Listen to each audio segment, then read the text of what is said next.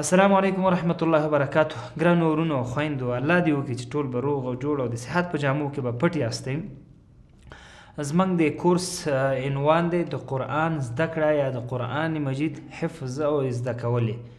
نو دې په دغه کورس کې به انشاءالله موږ کم موضوعات د باندې خبرې کوم.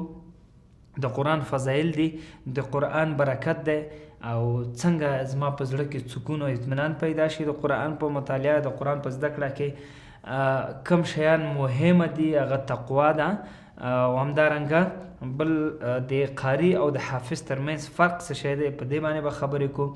د حفظ طریقه څرنګه ده چې څرنګه زه حفظ کولی شم، په دې به خبرې کوو په دې کورس کې.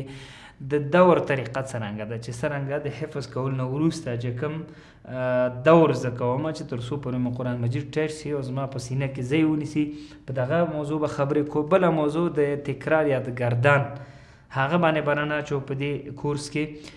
او دغه زموږ د کورس موضوعات دي. انشاءالله ټول تر اخره وګورئ، ټول تر اخره تعقیب کړئ، نور ملګري هم راوبلئ او تر څو پورې قرآن ډېر په اسانۍ سره څه کړو، زده کړو. نو راځئ په یو ځای باندې سره مخکې لاړ شو. په الله مو سپارم. سلام علیکم.